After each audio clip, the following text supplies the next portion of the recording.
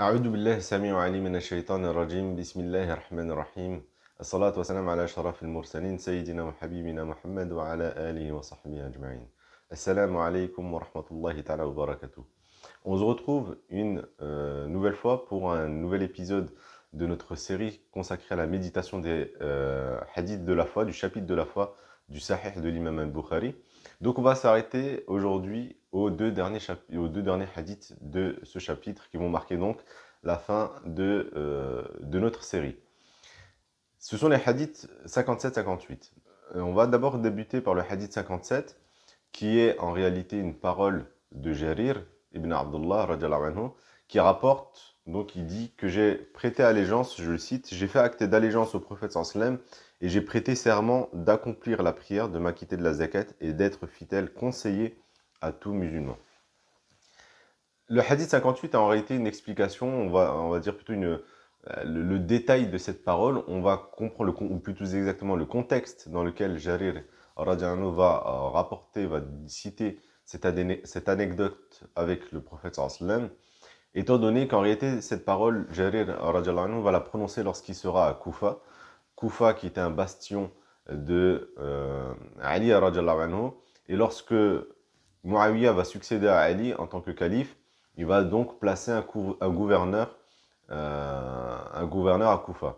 Et donc, plus tard, il va, afin d'éviter qu'il y ait une instabilité politique, Jarir radiallahu anhu va prononcer cette parole en rappelant en fait aux croyants, aux musulmans de l'époque et de cet endroit, que la fraternité musulmane, que la foi va nous demander à rester fraternels et de ne pas succomber à la désunion pour quelle que soit la raison.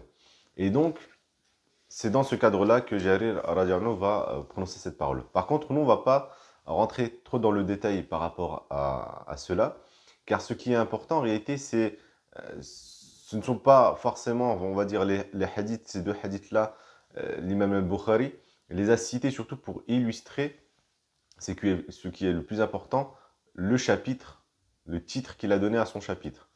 En fait, pour donner un titre à son sous-chapitre, l'imam al-Bukhari va utiliser une parole du prophète sallam sans en citer la chaîne de transmission, et donc ça, on l'a déjà vu.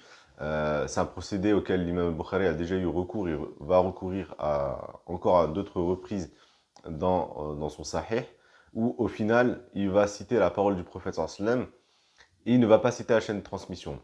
Pour une seule et simple raison qu'il y a en fait un chaînon manquant entre les transmetteurs, mais ce chaînon manquant n'est pas problématique étant donné que l'imam al-Bukhari a quand même réussi à avoir l'authenticité de cette parole-là.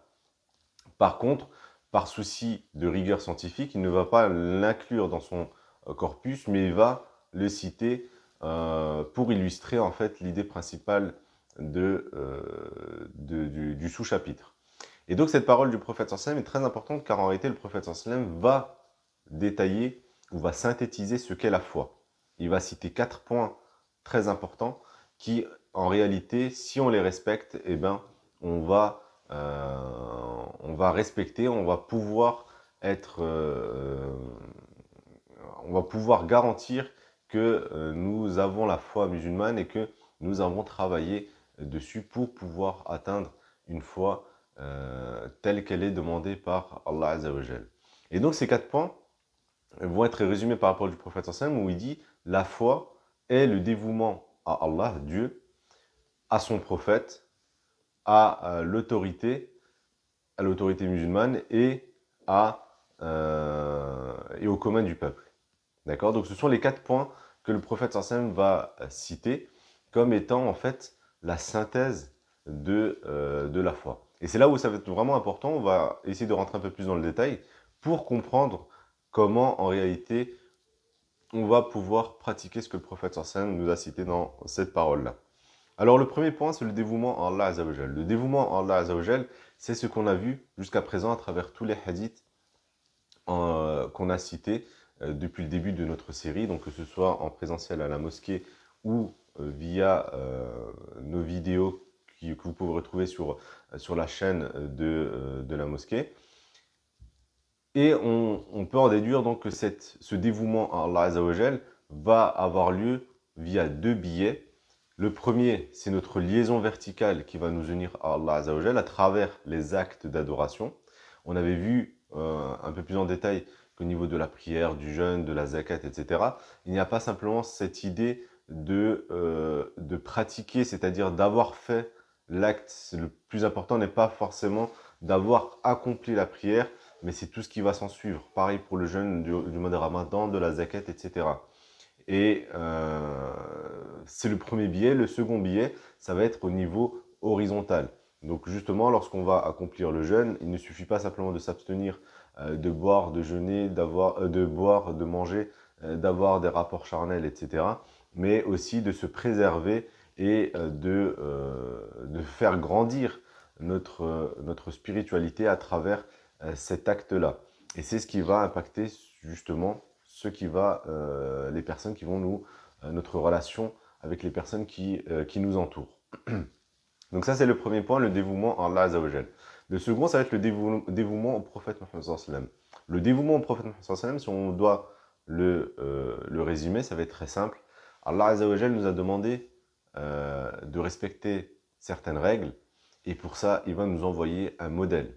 Il va nous envoyer un exemple, et donc, lorsqu'on va se dévouer au prophète Mohammed sallallahu alayhi wa sallam, c'est qu'on va s'attacher à suivre son exemple, à suivre son modèle et à pratiquer et à vivre comme lui l'a vécu, à vivre notre vie comme le prophète Mohammed a vécu sa vie.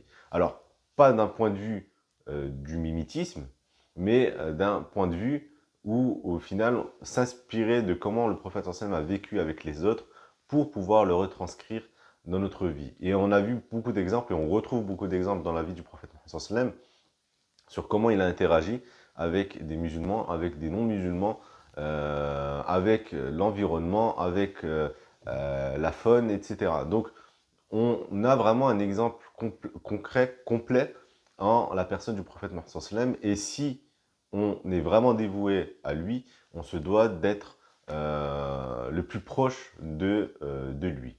Enfin, ensuite, le troisième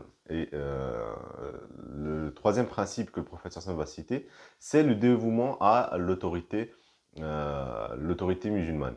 Alors là, quand le prophète sallam va citer l'autorité musulmane, bien évidemment, à son époque, lorsqu'il va prononcer cette parole, à Médine, il n'y a qu'une autorité qui est l'autorité musulmane. Par contre, les règles établies justement dans la société médinoise de l'époque, et même par la suite avec les 4 califes, ce ne sont pas des règles qui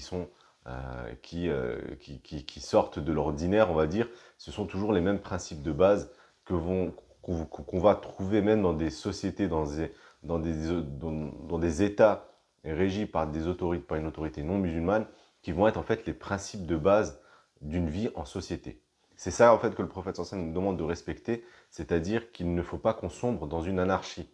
Et c'est aussi ce principe-là que Jarir ibn Abdullah va citer lorsque va donc vouloir sensibiliser les musulmans, lorsqu'il va citer la parole qu'on a vue tout à l'heure, pour rappeler que ce n'est pas parce qu'au final il y a des désaccords politiques sur la façon de gérer un État ou sur la succession du gouverneur, etc., qu'on doit sombrer dans l'anarchie, mais on se doit de respecter les principes de cette autorité, qu'on soit d'accord avec elle ou pas.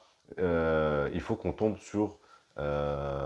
d'accord sur le socle qui va permettre de régir une vie en société saine. Et c'est ça que le prophète sallallahu alayhi wa sallam nous appelle à respecter, et qui fait partie en réalité d'une concrétisation de la foi en soi. Et enfin, le dernier principe, c'est le dévouement au commun du peuple. Alors, le dévouement au commun du peuple va être, une fois de plus, lorsqu'on va respecter les règles d'État, on va vivre en harmonie avec les personnes, qu'elles soient musulmanes ou non musulmanes, mais ces personnes-là aussi, en dehors du droit, on va dire, il faut aussi être sensible à leur bien-être, à leur vie. Et donc, on va se dévouer à eux en étant alerte par rapport au malheur qui va les toucher.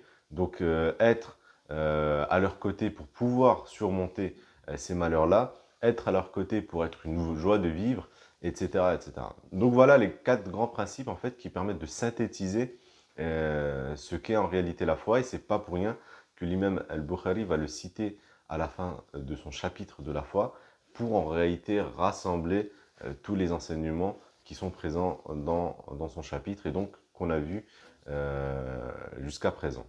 Barakallahu fikum pour votre suivi. Donc, ce dernier épisode marque la fin de notre série consacrée au chapitre de la foi du Sahih de l'imam al-Bukhari.